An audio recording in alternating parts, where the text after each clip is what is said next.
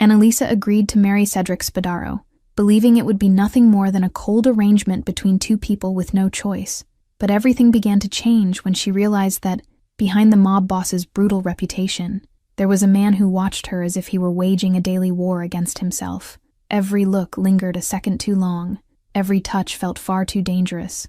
Until, on a night charged with tension and pent-up desire, she hesitated when he kissed her. And then Cedric held her face, brought his lips close to hers, and murmured, "I'm still a man, Annalisa. You think I can't do this?" In that instant, she understood that the real danger had never been the Mafia. It was falling in love with him. Hi, I'm Lena. A special shout-out to those of you watching Book 1 for free here on the My Stories platform, completely ad-free and uninterrupted. Chapter 1. The Bride of the Dead. The pen trembled in my hand as I slid my signature onto the last page. Annalisa Vincenzi, in firm letters, despite the tremor. The notary didn't look up. Tommaso Ricci, the gray-haired lawyer who had come to collect my surrender, simply tucked the documents into a brown leather folder and told me the car was waiting downstairs. I looked one last time at the apartment in Fishtown. The thin walls, the radiator that creaked on cold nights, the photo of my mother and my younger brother on the shelf, in the worn wooden frame I'd bought at a street fair more than a decade ago. 15 years later, they were still there, smiling in the frozen instant of a summer afternoon. I barely remembered living. I grabbed the suitcase. I didn't take the photo. Some things you don't carry into a cage, not because you forget them, but because you don't want to see them imprisoned alongside you. "Ladies first," Tommaso said, opening the door. There was a dry humor in his voice, as if this were afternoon tea, and not the official delivery of a debt that bore a woman's name. The car was a black SUV, armored, the kind that mutes the sound of the city and makes the world out there look like a screen scrolling by slowly. The driver didn't look at me when I got in. Tommaso sat up front. The glass partition rose with a soft click. The neighborhood slid past the window like a sequence of yellow lights blurring together, Fishtown falling behind little by little, and I sank into the leather of the seat as if it could swallow me whole and spare me the rest. 25 minutes later, the gate of the Spadaro mansion swung open. It was bigger than I'd imagined, bigger than anything I'd ever seen up close. A dark stone facade, tall windows, ivy climbing up one side as if the house were trying to camouflage itself from something it fed on. Two men in suits, with discreet earpieces, opened the car door. The silk handkerchief in their breast pockets was gunmetal gray. I didn't yet know what it meant, but I noted it. I noted everything. "This way, Mrs. Spadaro," one of them said. Mrs. Spadaro. The word drove into my chest like a nail. "Vincenzi," I corrected. "It's still Vincenzi." The man didn't reply. He simply led the way.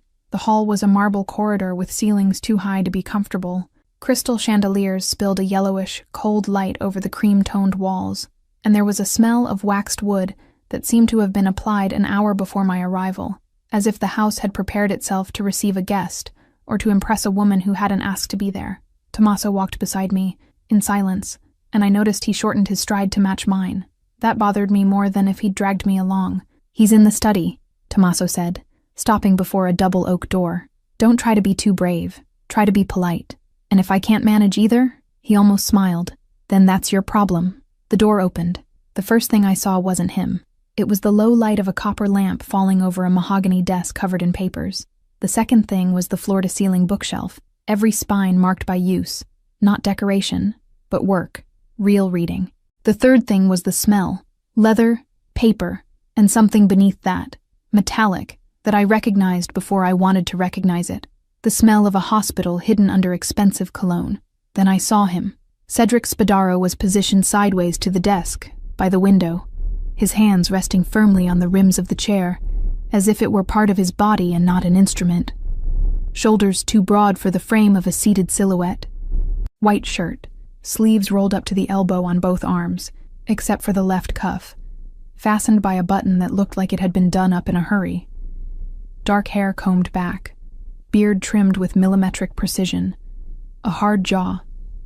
And when he raised his eyes to me, they were dark, cold eyes, the kind that register everything before deciding what to give back. He wasn't the monster the papers had drawn. He wasn't even close.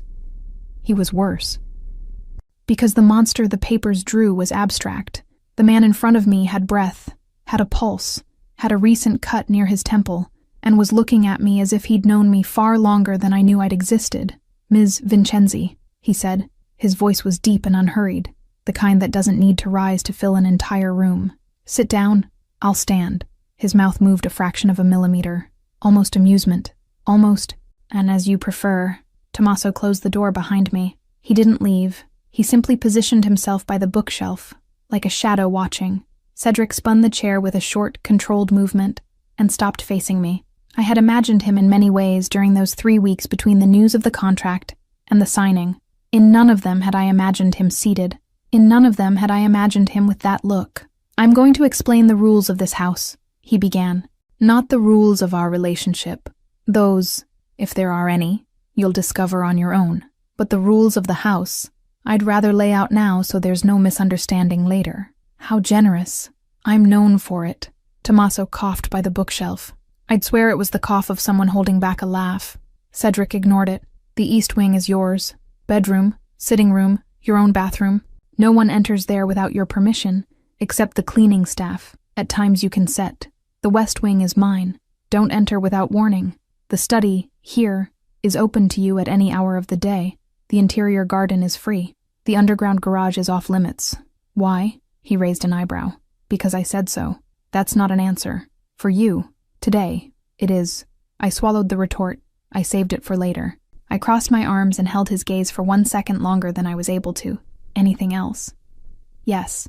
He tilted the chair slightly toward me, and I realized the movement belonged to someone who knew exactly how much force to use to seem threatening without raising his voice. "You won't speak to the press. You won't post photographs of this house. You won't leave without notifying the staff. You won't receive anyone without authorization. And, above all, you won't lie to me. Of all the things I can tolerate from a woman, lying isn't one of them." What a coincidence. It isn't one of mine either. His eyes lingered on mine a second longer than was strictly polite. I felt the heat rise up my neck and forced myself to hold the gaze without blinking. "And you?" I asked. "Do you have rules for yourself too? Or are they exclusively for me?" "I have just one." His voice dropped half a tone, and the study grew smaller. "I never promise what I can't deliver." There was a silence. Tommaso, by the bookshelf, turned a page of a book. He clearly wasn't reading. My phone rang at the bottom of my bag. I had forgotten there was still a world outside. I looked at Cedric, expecting him to say something about taking the device out of my hand. He simply gestured with his chin, like someone granting permission without needing words for it. I answered, "Anna." Mira's voice came out tight on the other end of the line, with that specific tone she used when she was trying not to scream. "Please tell me you're breathing. Please tell me that apartment still exists and I can come get you right now." "I'm fine, Mira." "Where are you?" "Where I said I'd be." There was a pause. I heard the sound of her lighting a cigarette, something she'd sworn she'd never do again and did every time she was afraid for me. The lighter clicked twice before it caught. "Is he there? Listening?" "He is." "Tell him that if he hurts you, I'm going on television." "Mira, tell him." I looked at Cedric. He was watching me without disguise, his elbows resting on the arms of the chair, his fingers laced together with a calm that seemed studied. Something in his face had shifted slightly, not for the worse, not exactly, just a different focus, as if the call had interested him in a way it shouldn't have. "My friend says to tell you that if you hurt me, she's going on television." "Tell your friend," he answered, without looking away, "that if anyone hurts you, I'll carry the news to the studio door myself." There was a silence on the other end. Mira breathed in deeply once, then again. "Okay, that one's scary, but okay." I hung up. Cedric kept looking at me, and I, like an idiot, kept looking back, with the phone still warm in my palm and my heart beating at a rhythm I hadn't authorized. That was the moment I noticed. I noticed the closed cuff of his white shirt, on the left sleeve, the one buttoned all the way to the last button while the other stayed rolled at the elbow. There was a mark there, discreet, dark brown, old enough to have been washed, fresh enough not to have come out, a stain escaping the edge of the fabric and running half a centimeter down the skin of his wrist, narrow and unmistakable, dried blood.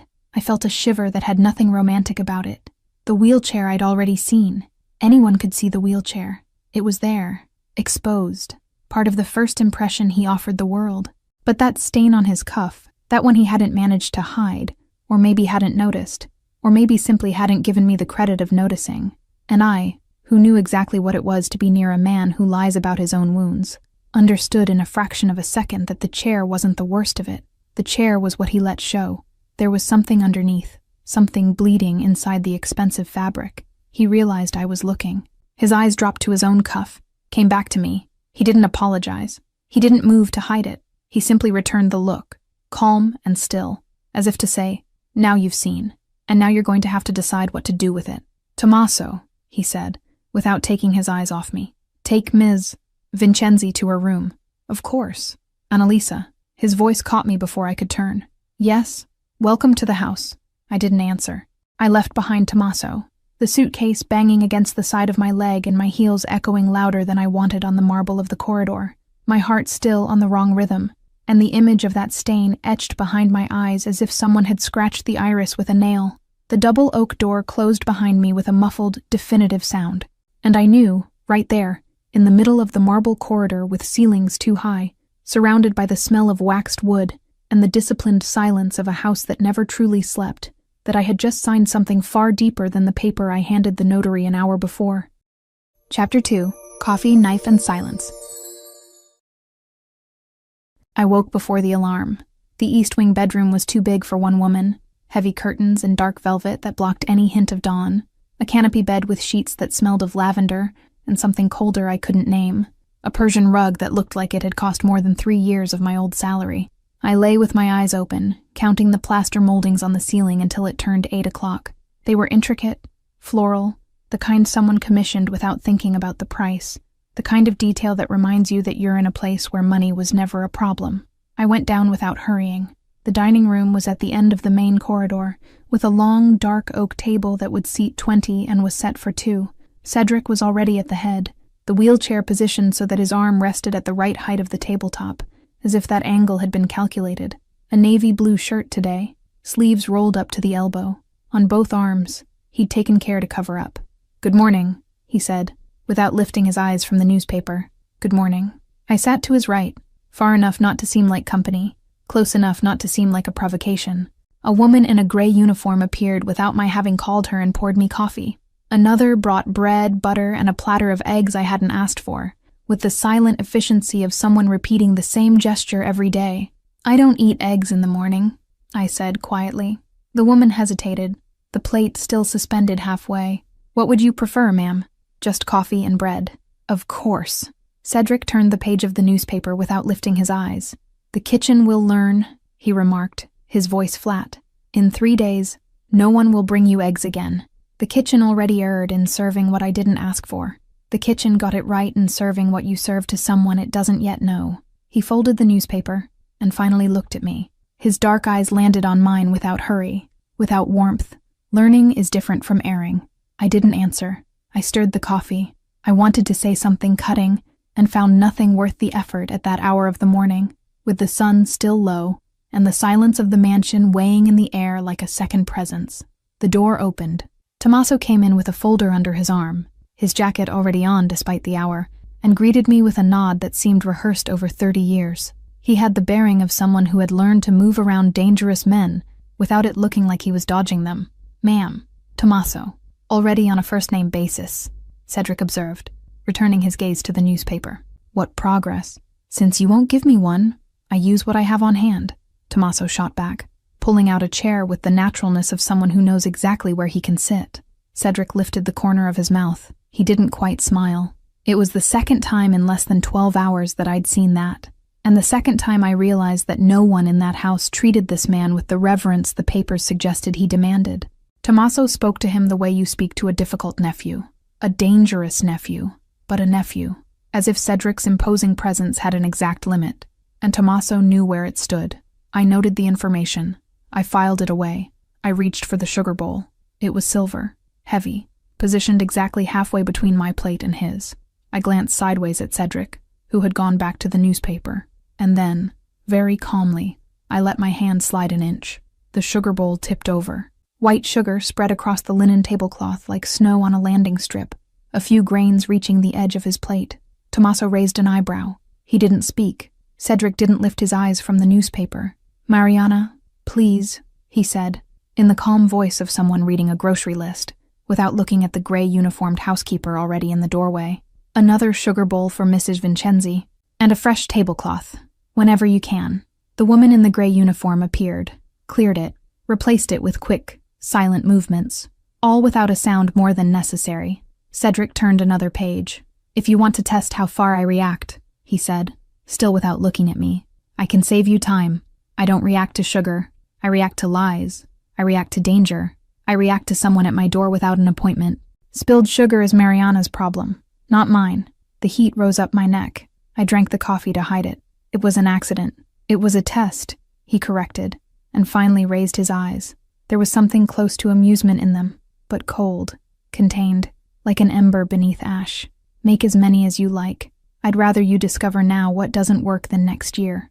Tommaso swallowed a smile and rose with the folder in his hands. "I'll be back this afternoon. You two need time alone to discuss the alliance or the divorce. I'm not sure which yet." He left. The door closed with a soft click, and the silence returned to fill the space as if it had never gone. I was left alone with Cedric and the fresh tablecloth. The afternoon fell without my having traded 10 words with him. Lunch, silence. The staff's footsteps down the corridors, silence. I spent 2 hours rummaging through the library's books, choosing one on Venetian architecture that I had no intention of reading, running my fingers along the spines as if the gesture itself were enough to fill something. The library smelled of old wood and paper. It was the only room in the mansion that seemed truly lived in, with forgotten bookmarks between pages and a handleless cup abandoned on a stack of atlases. When I heard the low sound of the wheels on the library's dark wooden floor, I knew he'd come looking for me. Cedric stopped in the doorway, his arms resting lightly on the wheels, his face closed, his eyes sweeping the room before landing on me. "Why didn't you ask to run?" I closed the book. "What do you mean?" "Before the signing, Tommaso said he waited 3 weeks for your answer. In 3 weeks, any woman with instinct would have vanished out the back door. You stayed. I want to know why." I looked at him. He was about 3 meters away, the yellow light from the window cutting his face in half, leaving one eye in shadow and the other with an almost cruel clarity. "Because I don't have a back door," I answered. "You have friends. I have Mira. Mira has a back door. Mira has a door with a broken lock and a bed that's a couch that sags in the middle. I wasn't going to hide from you there, and she deserved more than a place in my shadow." He spun the chair, advanced a hand's width, stopped, as if he'd found a line he didn't intend to cross. Was that it? That was it. Not for money. If it were for money, I'd have asked for more. His mouth moved. Almost. Again. That was starting to irritate me for reasons I didn't want to name. I took the step he couldn't take. I didn't think. I reached out and touched the back of his hand, which rested still on the arm of the chair. The skin was warm, more than I'd expected. Firm. The kind of hand that wasn't used to receiving. It was a brief touch. No weight. No intention I could defend later. He pulled his hand back as if I'd touched a hot iron. I withdrew mine slowly, so it wouldn't look like a mistake. "Don't do that," he said, and his voice came out lower than he probably intended. "Don't do what? Touch. I didn't touch you. I touched your hand. To me, it's the same thing. To me, it's not." There was a silence that wasn't comfortable for either of us. He spun the chair and headed for the door without saying goodbye. Before crossing the threshold, he stopped, his back to me, his broad shoulders tense beneath the fabric of his shirt. "Dinner at 8. I'm not hungry." "Even so." He left. The sound of the wheels faded down the corridor until it disappeared. I went back to the room before dinner. Mira called at 7. The phone's ring breaking the silence of the room like a needle. Anna, her voice was different, more serious than I was used to, stripped of that lightness she wore like armor. "I'm worried in a way that's starting to keep me from sleeping." "I know. Are you safe?" I thought about the answer. Not in a rush. I looked at the window, at the garden darkening down below, at the lights on in the other floors of the mansion. "I think so." "You think, Mira. He hasn't touched me. He pulls back when I get close, and he has a blood stain on the cuff of his shirt that he doesn't have the nerve to explain to me. I don't know what he is, but if he wanted to hurt me, he'd have had 3 days to do it, and he didn't." Mira breathed in deeply. I heard the air leaving the other end of the line. "Promise that if anything changes, you'll call me. I promise." "Anna, what is it?" "I love you, you crazy woman." "I love you too." I hung up. I looked at the clock. 1/2 an hour until dinner. I didn't go down. I waited for someone to call me. No one called. I lay with the phone on my chest and the molded ceiling looking back at me, and I thought about how strange it was that the safest place I'd found in the last few months was the house of a man I'd known for less than 2 days. At 11, with the house silent and the moon coming through the gap in the curtain in a narrow white stripe, I heard it, in the corridor, a dragging sound. They weren't ordinary footsteps. It was uneven weight, the kind of effort the body makes when it has to compensate for what doesn't work, as if someone were trying to carry himself from one place to another, and his body wasn't cooperating the way he demanded. I got up slowly. I walked to the door without turning on the light. I pressed my temple against the wood and closed my eyes. Another drag, a long pause, a deep breath, tense, contained with surgical precision, the kind you only learn when you decide no one is going to hear you suffer. A dull, muffled thud, the kind that comes from a knee against a thick rug. He'd fallen out of the chair. My hand closed on its own around the doorknob. I turned my wrist. I stopped. I didn't open it. I stayed there, my forehead against the cold wood, listening to his breathing on the other side of the corridor stabilize little by little, listening to the effort of a man who had tried to transfer himself alone from the chair to somewhere and miscalculated his own weight. The second, lighter thud came next, bracing on his arms, maybe, hoisting his torso back up, and then the sound of the wheels settling back beneath him. No sob, no curse, just breathing and determination in absolute silence. I didn't go in. I didn't knock. I didn't call out, because I knew that if I opened that door at that moment, he would hate me more than himself, and I wasn't there to be one more thing he had to endure. I waited 2 more minutes after everything went quiet. I went back to bed. I didn't sleep. In the morning, when I came down, he was already at the head of the table. A new shirt, dark, deep shadows under his eyes, carefully ignored. The newspaper open to the same page as always, the coffee served, the impeccable posture of a man who had decided that the night before hadn't happened. He didn't lift his eyes when I came in. "I want you out of this house this afternoon," he said, his voice calm, in that precise way he used for the important things.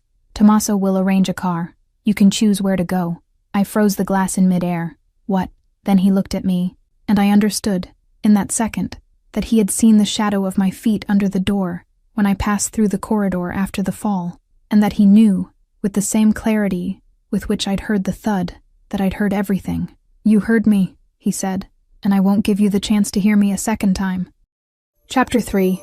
The Fever and the Indecent Friend. 4 days dragged by like a rope pulled too tight. The threat of sending me away hung between us during the following morning's breakfast. I didn't pack. I didn't ask for the car. I just drank my coffee slowly and looked at him, and he looked back at me over the cup, and neither of us said a word. By night, I was still in the East Wing. He never returned to the subject. I understood in that silence that he didn't want me to go. He wanted me to prove I would stay. And I stayed. The days passed in a silent choreography of almost calculated crossings. I ran into him twice in the library, once in the dining room, and on every occasion we traded exactly the words necessary so that no one around suspected we were at war. Tommaso pretended to read the newspaper and chuckled quietly. Luca passed through the corridors with the expression of someone who had learned far too early not to see what he shouldn't. In the small hours of the third day, I woke to a sound that wasn't the wind. It was a low, contained moan from the other side of the east corridor, the kind of sound a proud man lets out when he believes there's no one to hear. I sat up in bed. The clock on the dresser read 3:10. I thought about ignoring it, pulling the sheet up to my chin and pretending that mansion wasn't my responsibility. But there was something in the cadence of that sound that made me take my feet off the mattress before my head allowed it. I walked barefoot across the dark carpet of the corridor. The door to his room was ajar.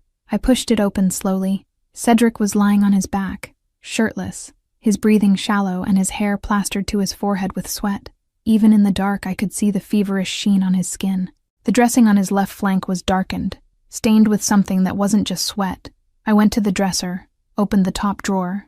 I found what I needed there, organized with the military precision he applied to everything. Clean gauze, alcohol, surgical tape, a tube of antibiotic ointment I recognized by the label. I carried it all to the bed.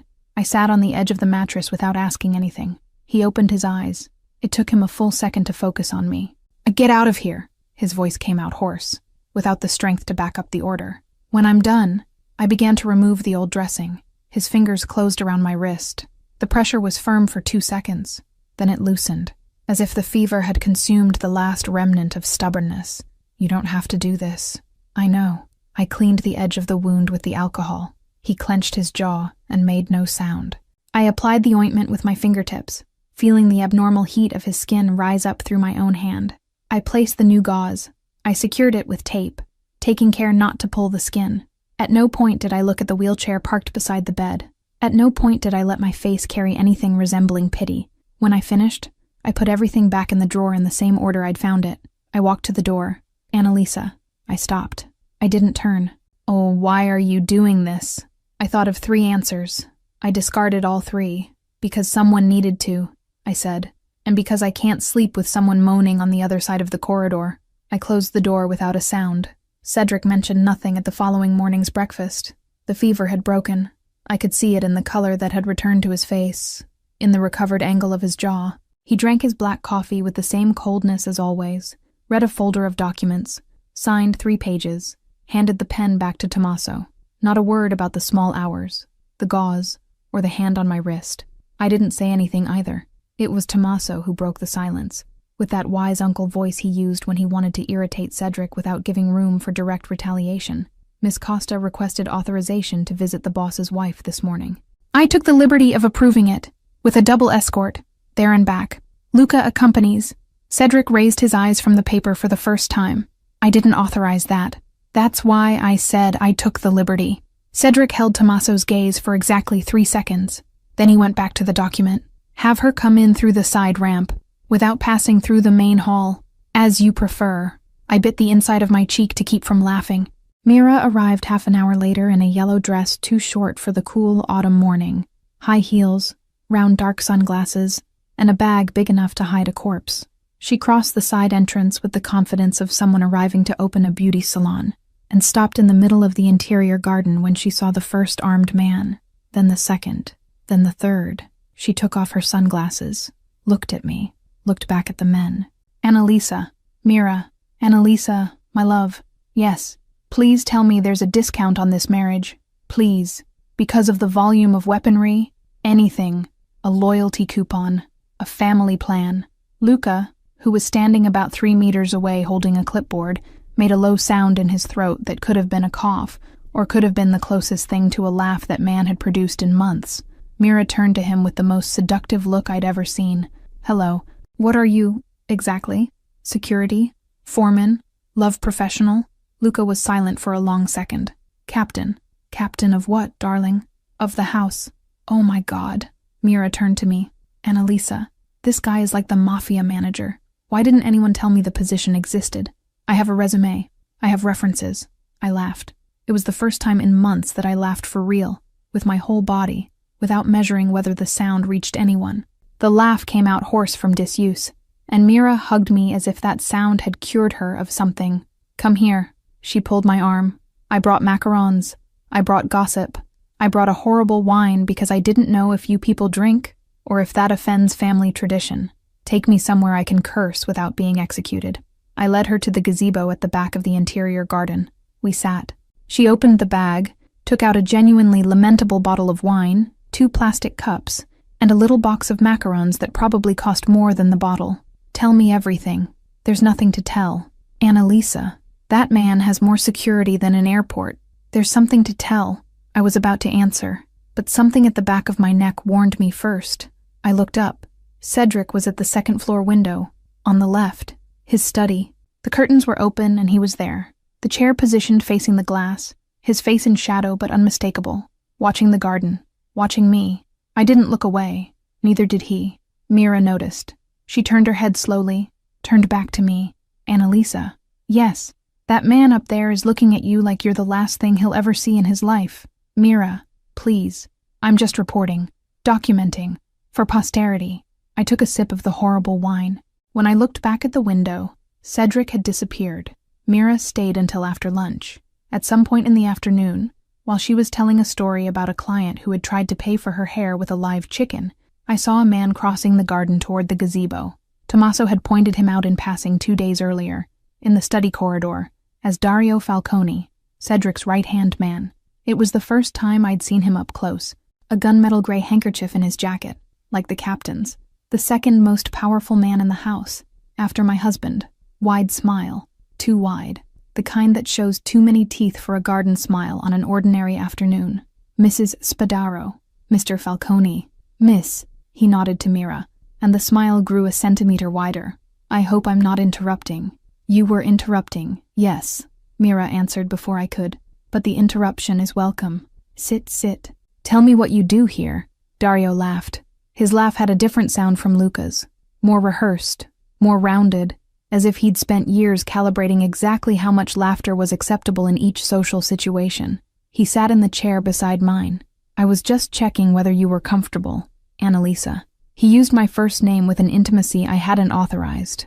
The house can be intimidating in the first few days. I'm fine. Is your routine flowing well? Breakfast at 8, library in the afternoon. Cedric told the staff to respect your schedule. I locked up inside. I didn't answer. Your friend here is always welcome, he went on, turning the smile to Mira. Anytime. By the way, miss, do you work here in the city? A salon downtown, Mira answered. Why? Do you need a cut? Maybe someday. He stayed a few more minutes. He asked Mira 3 questions about the salon, on which street exactly, at what time she usually left.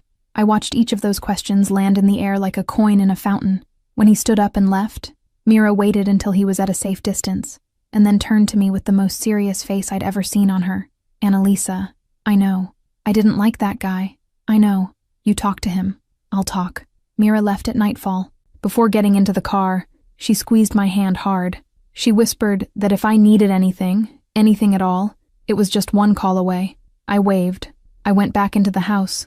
I found Cedric in the library after dinner. He was reading a black-covered book with no visible title, and had a glass of whiskey within reach. He didn't look up when I came in. Your friend likes bad wine. She brought it on purpose. She was afraid an expensive bottle would offend the tradition of the house. In the end, she thinks bad wine offends less than looking like you're showing off. He raised his eyes for the first time. There was something dangerously close to a smile on the line of his mouth. Clever. I sat in the armchair across from his. For a moment we sat in silence.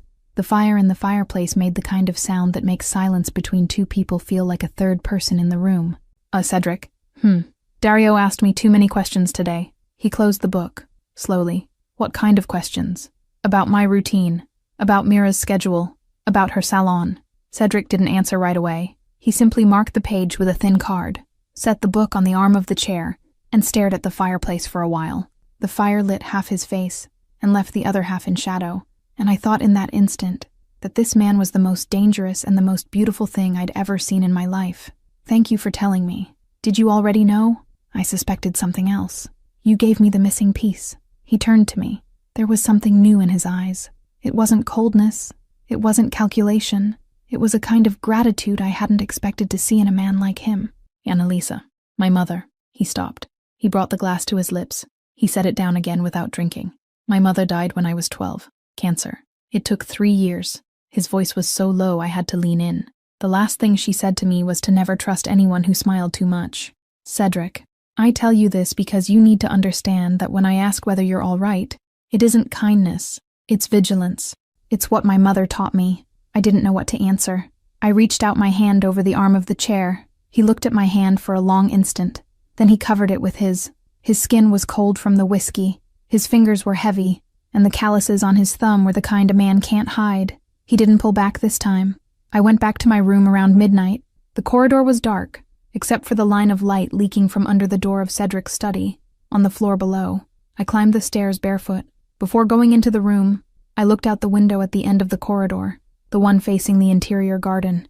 Dario was in the garden, beneath the open window of the corridor, alone, phone to his ear. The gazebo lights vaguely lit his face, and he was speaking in Italian, not low, fast, irritated, like someone who had already forgotten that the night carries sound. I don't speak Italian, but 2 words rose clearly to where I was. Ragazza and debito.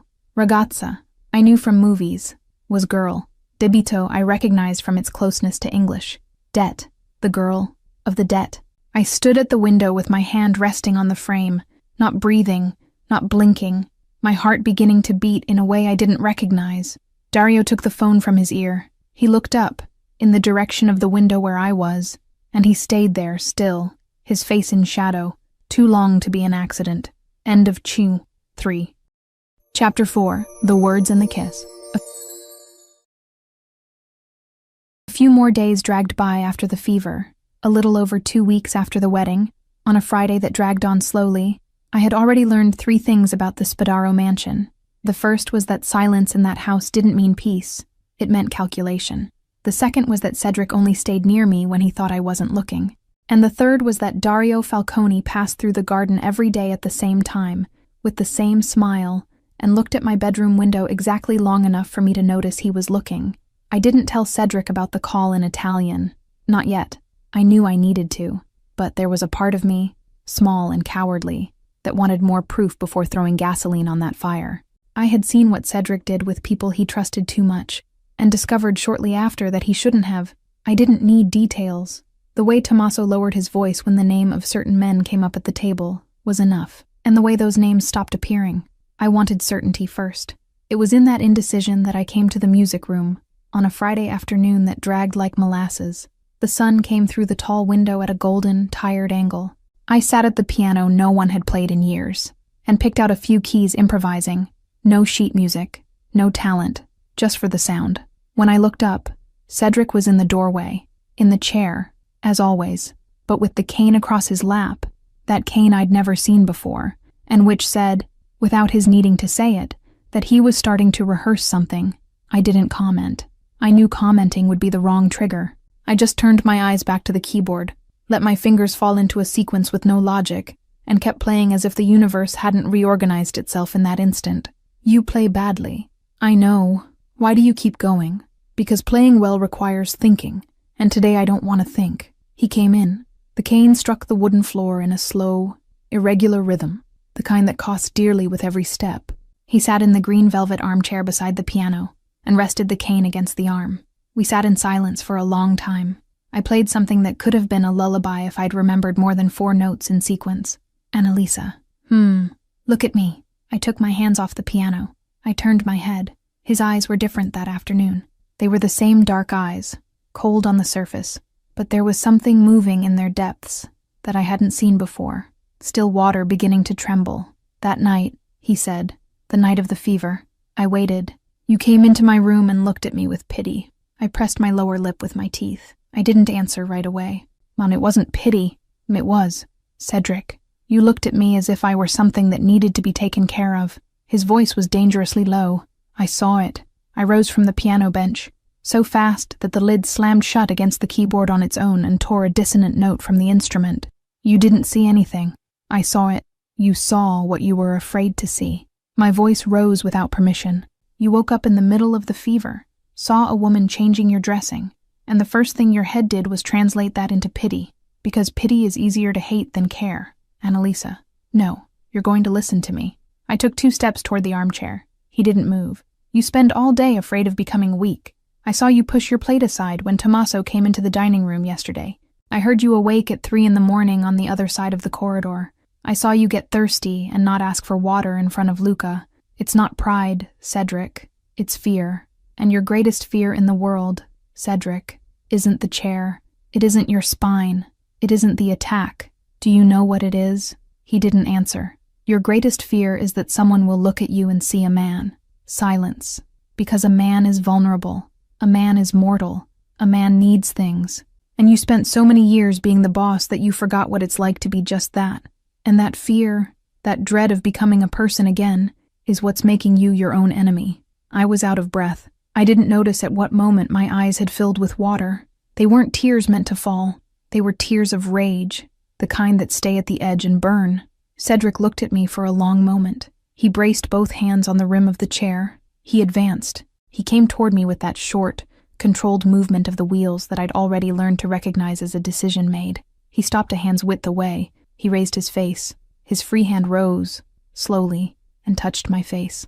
His fingers were heavy. His thumb traced the line of my jaw as if memorizing a border. Come here, he said, in a voice I'd never heard from him. It wasn't an order. It wasn't a request. It was a third kind of thing that men like Cedric only use once in a lifetime. I didn't move. He pulled me by the nape of the neck, and he kissed me. The kiss wasn't soft. It wasn't insecure. It wasn't anyone's first time. It was a kiss built on 10 days of not touching, and the exact amount of fire a man can only contain for a limited time. My fingers closed on the lapel of his jacket. His descended down the nape of my neck, along the hairline, and stayed there, holding my head against his as if he feared I'd flee the next instant.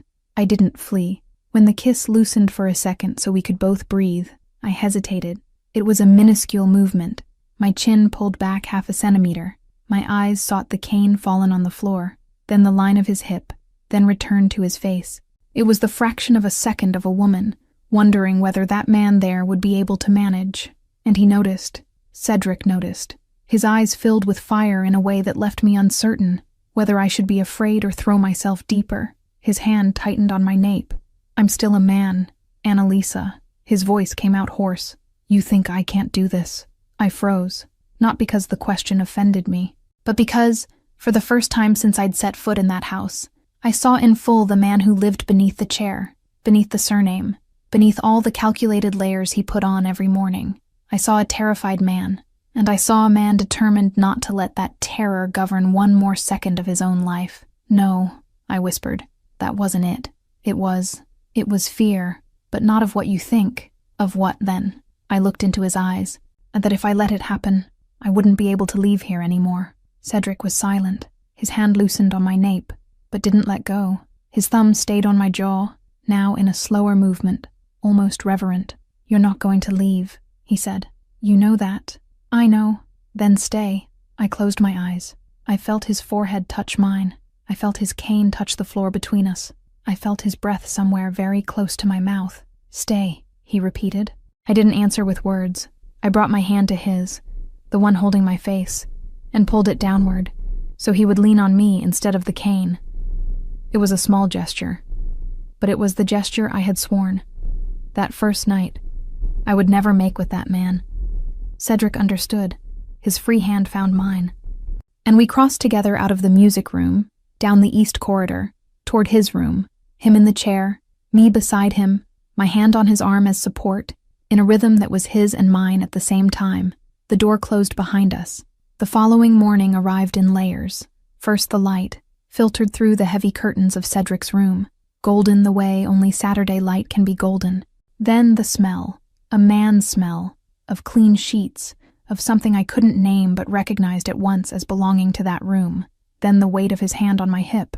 I opened my eyes slowly. Cedric was on his side, propped on his elbow, watching me.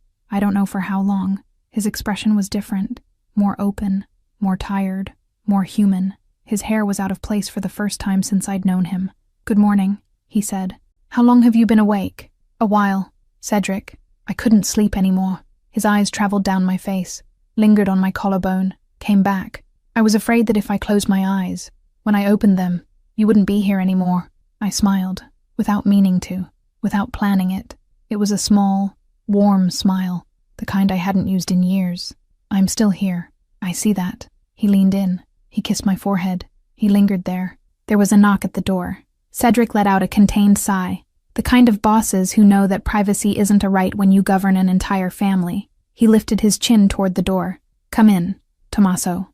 The door opened a small gap. Tommaso didn't come in. He just spoke through the gap, with the discretion of someone who had already understood what was happening just from the tone of voice Cedric used to answer. "Breakfast for 2, in the room, in 15 minutes. In 20. The door closed. Cedric turned back to me. There was a smile on the line of his mouth, small, contained, the kind he'd never allowed in public. "I brought your dignity to breakfast on a tray," he murmured. "Can you carry it?" "I don't have any dignity left since last night, Cedric."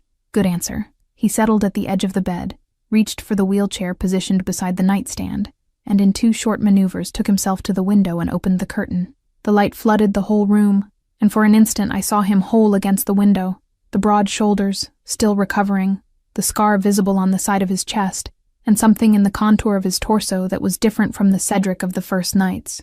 He was a lighter Cedric, more dangerous, perhaps, because now he had something to lose. He came back to the bed. He sat on the edge. "Annalisa, I don't know how to do this." "Do what?" "This thing that's happening. I don't know how to do it." I sat up. I pulled the sheet with me. I rested my forehead on his shoulder. "Neither do I." "Then let's get it wrong together." "Let's." Breakfast arrived on the tray 20 minutes later. Tommaso knocked, left it on the floor outside the door, and went away without saying anything. The discretion of an uncle who'd already seen a lot. Cedric brought the tray to the bed.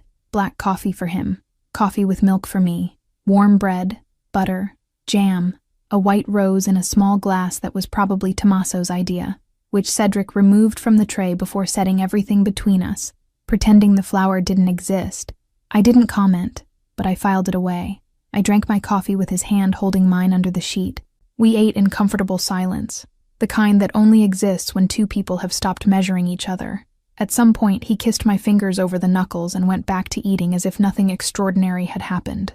And nothing extraordinary had happened, really. Everything extraordinary had happened before, that there was just what comes after. I was coming out of the bathroom in his robe, too big for me, smelling of him, when there was a knock at the door again. This time it was Luca. Cedric could tell by the way of the knock. 3 short, sharp, military raps. He stiffened at once. "Come in." Luca came in. He didn't look at me. He'd been trained not to look at bosses, wives in ambiguous situations, and he did his job with the competence as always. But his face was grim. It was the face of a man who had come to the master bedroom in person, and that, in that house, always meant only one thing. "Boss." His voice was lower than usual. "We have a problem. Speak." Luca glanced at me. He looked back at Cedric. "Someone leaked her routine. They've set up to grab her tomorrow afternoon, on her way out of the cafe where she's meeting Miss Mira. Carbone is paying. Everything is arranged for their people to come in through the west flank of the establishment. She was supposed to be there tomorrow, boss, and they know it." The air in the room changed temperature. Cedric raised himself, slowly. He braced on the nightstand only for the first few seconds, then steadied himself alone. His broad shoulders regained that boss's line I'd seen for the first time the night I arrived. What routine? Hers. Coffee, library, garden, Miss Mira's schedule, the salon's address, everything. Luca swallowed dryly. "It reached Brooklyn last night. Carbone has a copy." Cedric didn't say a word for a long instant. Then he turned his face to me. His eyes were once again those eyes of the first night, cold, calculated, dangerous, but there was a difference now. That night, those eyes were aimed at me. Today, they were for me, Annalisa. "Yes, I need you to tell me one thing right now." His voice was controlled, low, the way it got when he was about to do something irreversible. "Did something happen, in the last 10 days, that you thought was nothing, and so you didn't tell me?" I locked up. I swallowed. "Dario. What about Dario?" He asked me too many questions. In the garden, the day Mira came, and at night, I saw him on the phone, speaking in Italian. He repeated 2 words 3 times. "La ragazza del debito." The girl of the debt. The silence that settled into the room wasn't silence. It was something else. It was the sound the air makes when a man like Cedric decides something inside. He turned to Luca. "Get Tommaso. Now. The 3 of us in the study in 10 minutes. "Yes, boss." Luca left.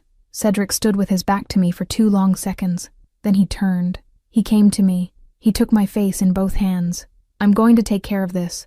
Cedric, I'm going to take care of this. You stay in this wing. Don't come down. Don't answer to anyone besides me, Tommaso, or Luca." "Okay, Annalisa." He kissed my forehead. "Thank you for telling me now." He left the room. I stood in the middle of the rug, in the too big robe, my heart beating at a rhythm that wasn't mine. I looked at the breakfast tray still on the bed, at the white rose Cedric had pretended not to see. And I understood, for the first time since I'd set foot in that house, that I no longer had anywhere to go back to. I had already chosen. End of Chapter 4. Chapter 5. The Night at the Port. The study still smelled of cold coffee when I came down the stairs the following morning.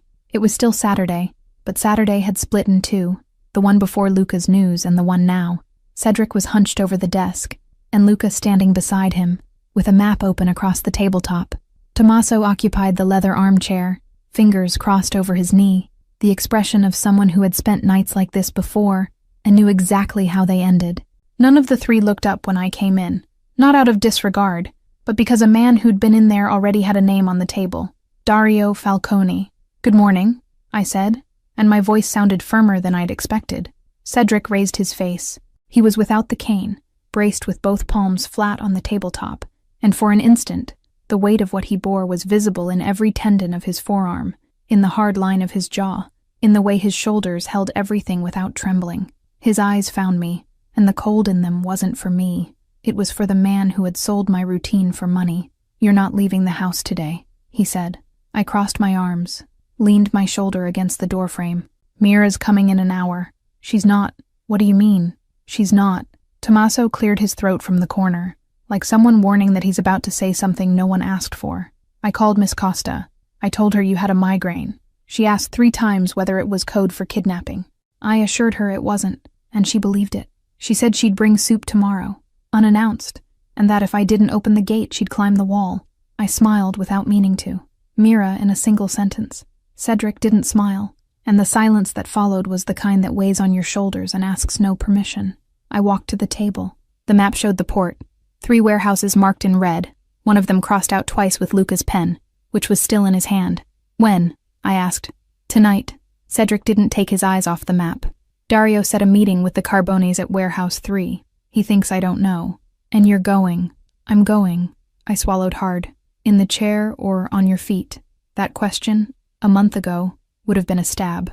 Today he just looked me up and down, slowly, like someone weighing the real weight of what I was asking, and deciding whether the scale could bear it. "In the chair to the car," he answered.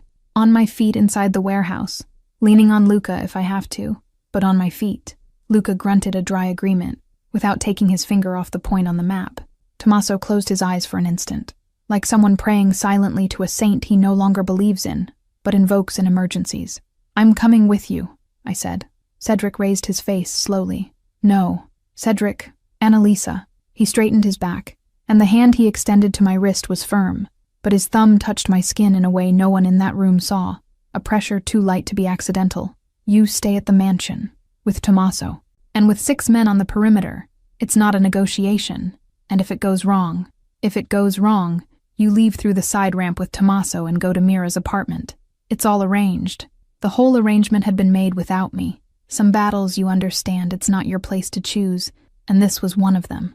I just tilted my head once and said, quietly, only for him, "Come back whole." He squeezed my wrist for 2 seconds. "Let go." The afternoon passed slowly, with the specific weight of afternoon spent waiting for something that might go wrong. Tommaso taught me an Italian card game with rules that changed every hour. Later I understood he was inventing half of them just to distract me, and that he was good at it. The library smelled of old paper and wood, and the light from the window darkened little by little until he turned on the desk lamp without my noticing the transition. Mira called at 4, asked whether I was really all right, and I lied so well she almost believed it. At 6:30, Cedric came down in a suit, white shirt, no tie, black jacket. He came in the chair to the door, and only there leaned on the cane and on Luca to cross the steps to the car. Slow, counted, painful.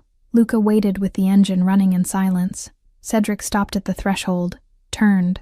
I was at the top of the stairs, and the corridor between us had the specific quality of distances that shouldn't exist. He didn't say anything. He just looked at me, and that look I keep to this day.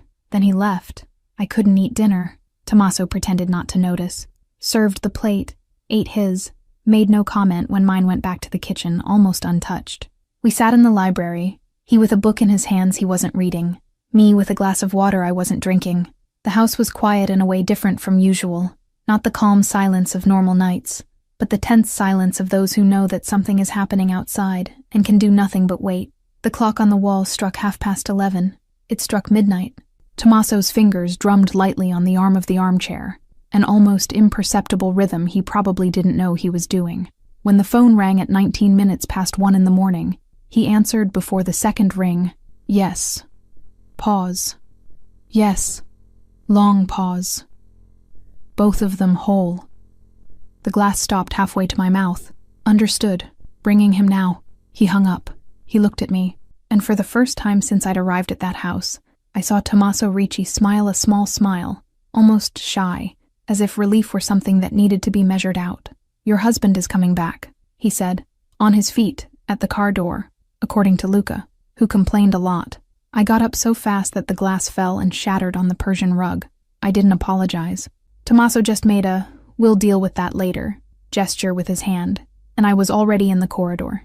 The car came in through the side ramp at 20 to 2. I went down 2 steps and stopped, because I understood that running to him would humiliate a victory he had won leaning on the cane and on Luca's shoulder. I waited, the cold of the small hours coming in through the collar of my blouse, and my heart beating louder than I wanted to admit. Luca opened the back door. Cedric got out, bracing on the doorframe, took a second to steady his left knee, and when he straightened his body, I saw blood on his sleeve. Not much, but I saw it. "It's Dario's," he said before I could even ask, and his voice was hoarse with exhaustion, rough in a way that wasn't usual. "It's not mine. Where is he?" "Where he needed to be." I didn't ask more. Some answers you don't need to hear out loud. He climbed the 3 steps to me with Luca holding his arm, without complaining, without hiding it. When he reached the landing, he looked at Luca and said, without ceremony, "Thank you." Luca lowered his head once, released his arm, and left without saying anything. Cedric stood leaning on the cane at the top of the stairs, Luca backing away 2 steps without taking his eyes off him. He extended his free hand. I took it. The study smelled of old whiskey, and something it took me a moment to name. Cold gunpowder, the dry trace of a night that had ended in a way that wouldn't be undone. Cedric sank into the armchair, not the wheelchair, the leather armchair, and closed his eyes for 3 seconds. When he opened them, I was kneeling in front of him, opening the jacket at the shoulder. "It's not mine," he repeated. "I know, but I need to see." He let me. I took off the jacket, folded it on reflex, dropped it on the edge of the desk. The white shirt had splatters on the chest, on the cuff, on the lapel, nothing on the skin. I let out the breath I didn't know I'd been holding since 6:30. "Tell me," I asked. He told me, and as I listened, I saw everything.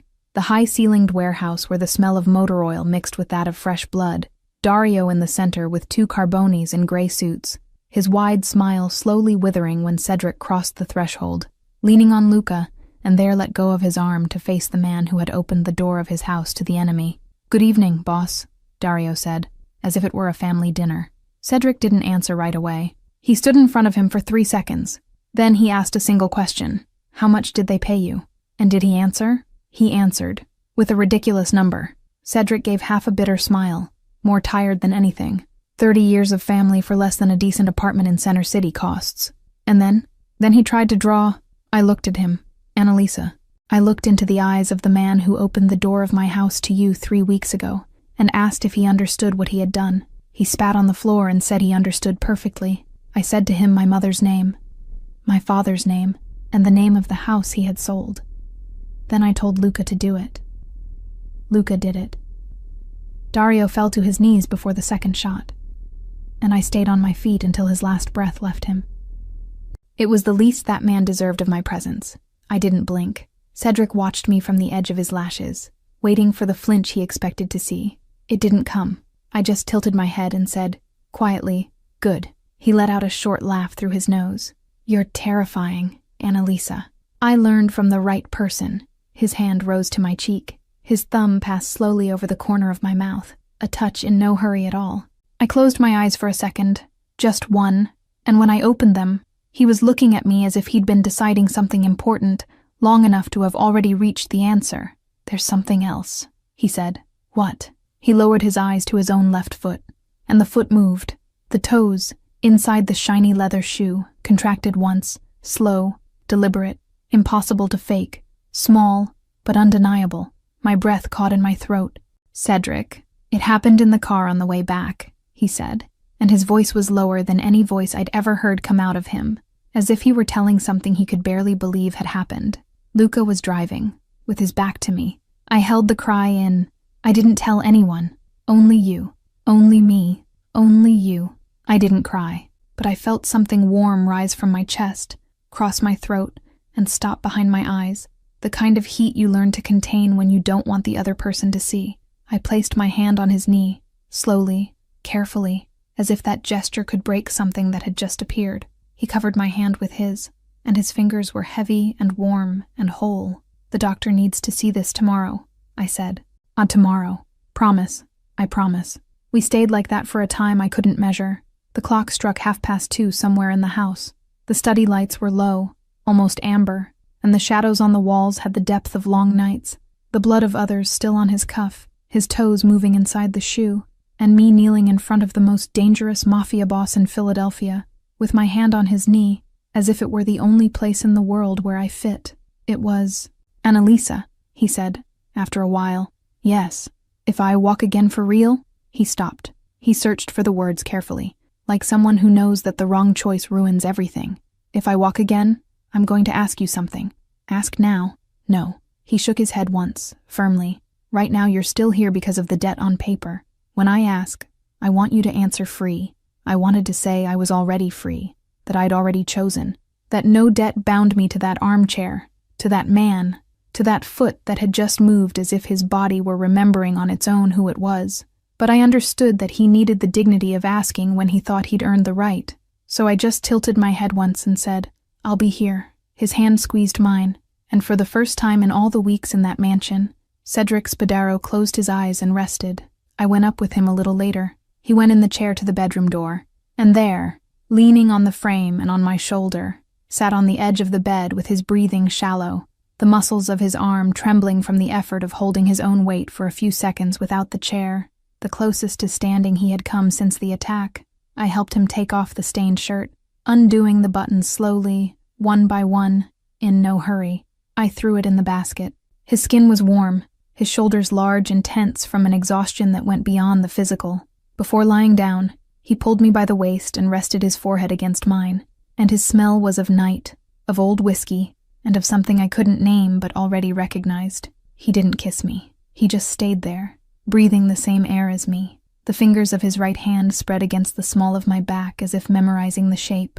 Sleep, he said. You first, he laughed, low, the sound coming out through his nose, almost invisible. Bossy, always have been. He lay down.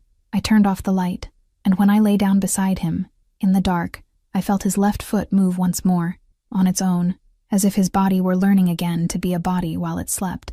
Slowly recovering a language it had almost forgotten, I stayed awake until dawn just to feel it. Chapter 6, To Choose and to Stay. Dr. Berman arrived at 9 in the morning. He was a thin man, with round glasses, with the kind of calm that's only built in a consulting room with difficult people. Cedric received him in the physiotherapy room, a room on the ground floor I'd never entered before, with dark metal parallel bars, a beige leather-covered table, and a single tall window facing the interior garden. The light coming through that window was cold, sidelong, and gave everything the aspect of a place that exists to serve, not to be lived in. I waited outside. Tommaso waited with me, leaning against the corridor wall with his arms crossed and the silence he used when there was nothing useful to say. We didn't say anything for an hour. The corridor smelled of old wood and something faintly antiseptic coming from under the door, and I tried not to let my imagination fill the silence with the wrong scenarios. When the door opened, Dr. Berman came out first, with the folder under his arm. He looked at me, then at Tommaso, and his calm had a small smile embedded in it. The kind of smile a doctor controls, but can't fully erase when the news is good. Real progress, he said. Not total. It may never be. But it's a significant part. Both feet respond. The left hip is still locked, the right almost normal. With daily physiotherapy, he'll walk on his own within a month. Short distances, maybe, and with a cane over longer ones. But he'll walk. Tommaso closed his eyes. I couldn't breathe for an instant. Does he know? I just told him. And his reaction? Dr. Berman adjusted his glasses with his index finger. Slowly. His reaction was to ask me to speak with you before I left. I think he can't say it out loud yet. I went in alone. Cedric was sitting on the table, shirtless, with the fresh dressing on his left flank, and his bare feet touching the cold stone floor. He raised his eyes when he saw me, and I saw in them something I'd never seen before in that man. It wasn't gratitude. It wasn't pride. It was something far simpler and far harder to sustain than either of those. Relief. I didn't cross the room.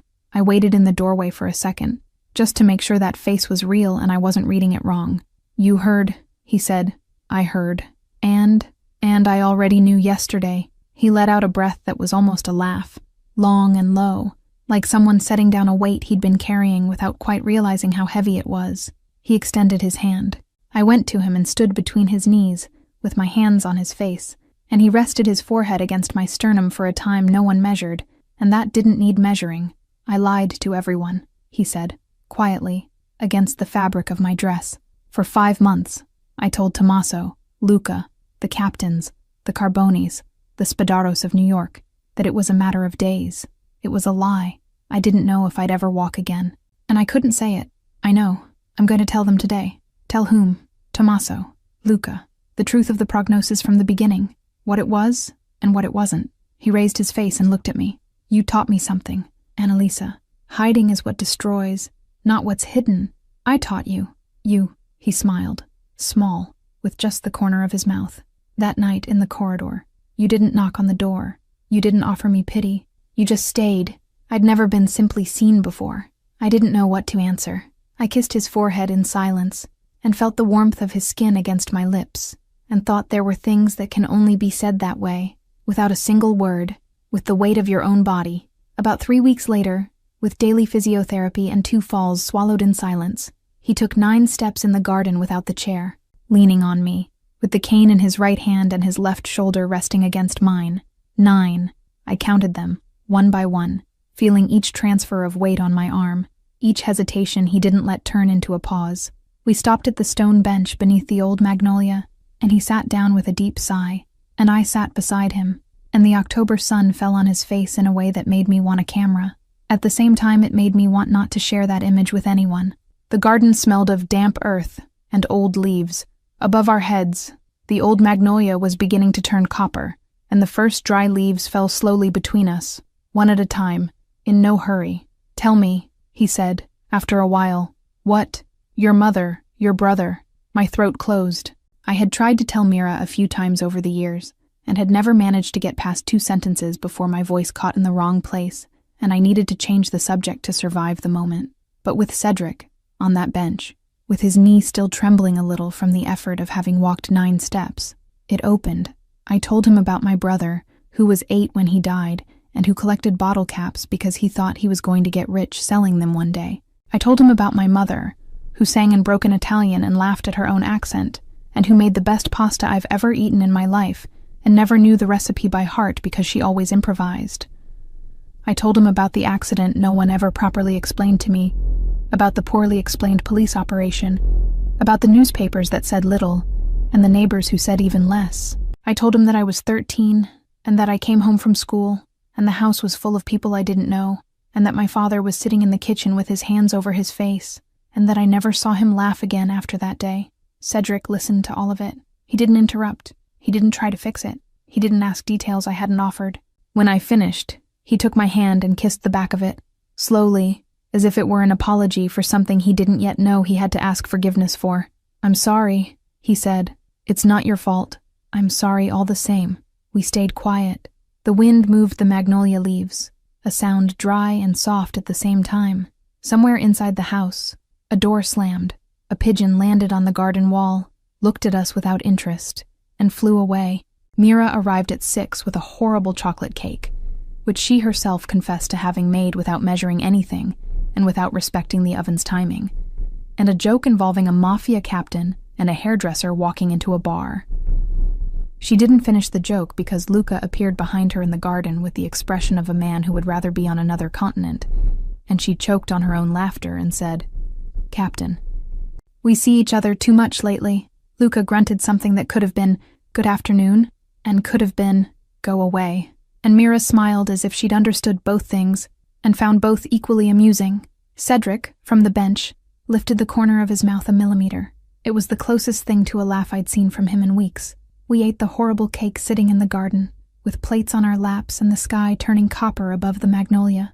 Mira told us that a salon client had asked her to do that mafia boss's wife's haircut, and that she had politely told the lady to look for another establishment.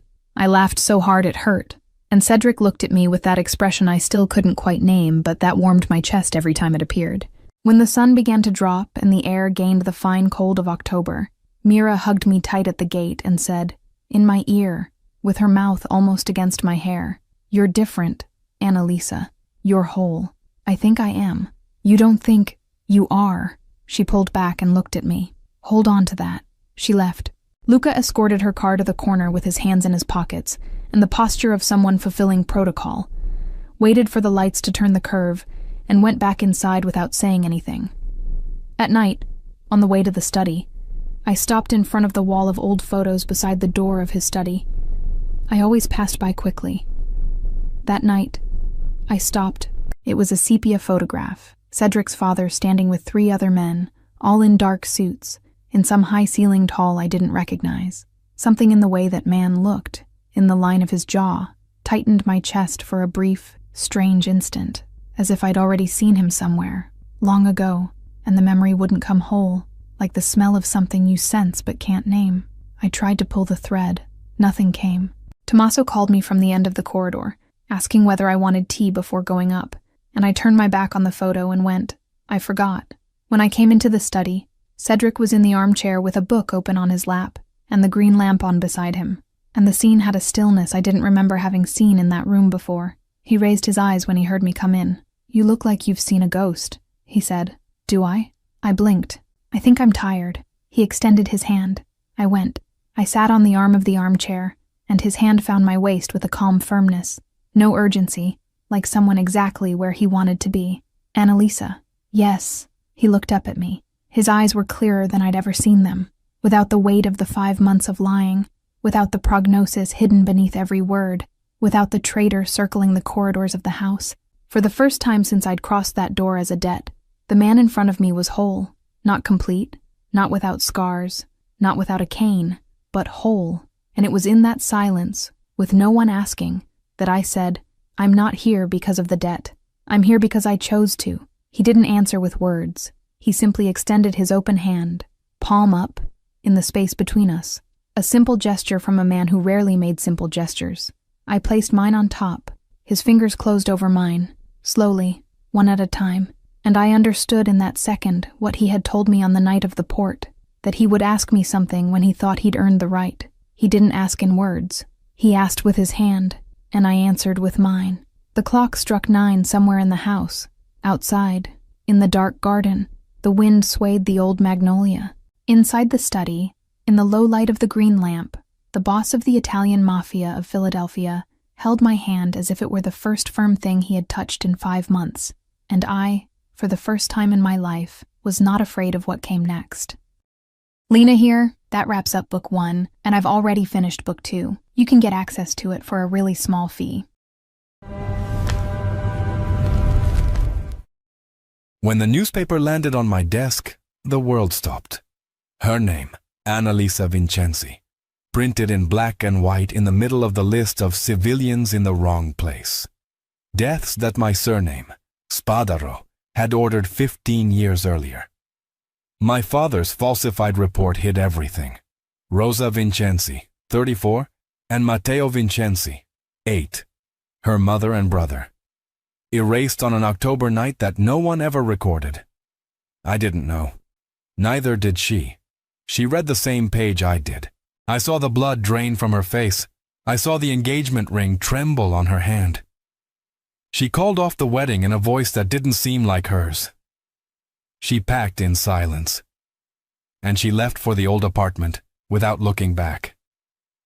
I didn't stop her. I just sent men to watch from a distance.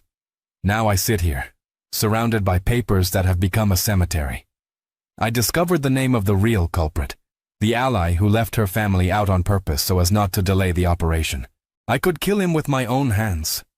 But it isn't my justice. The whole truth is in my hands.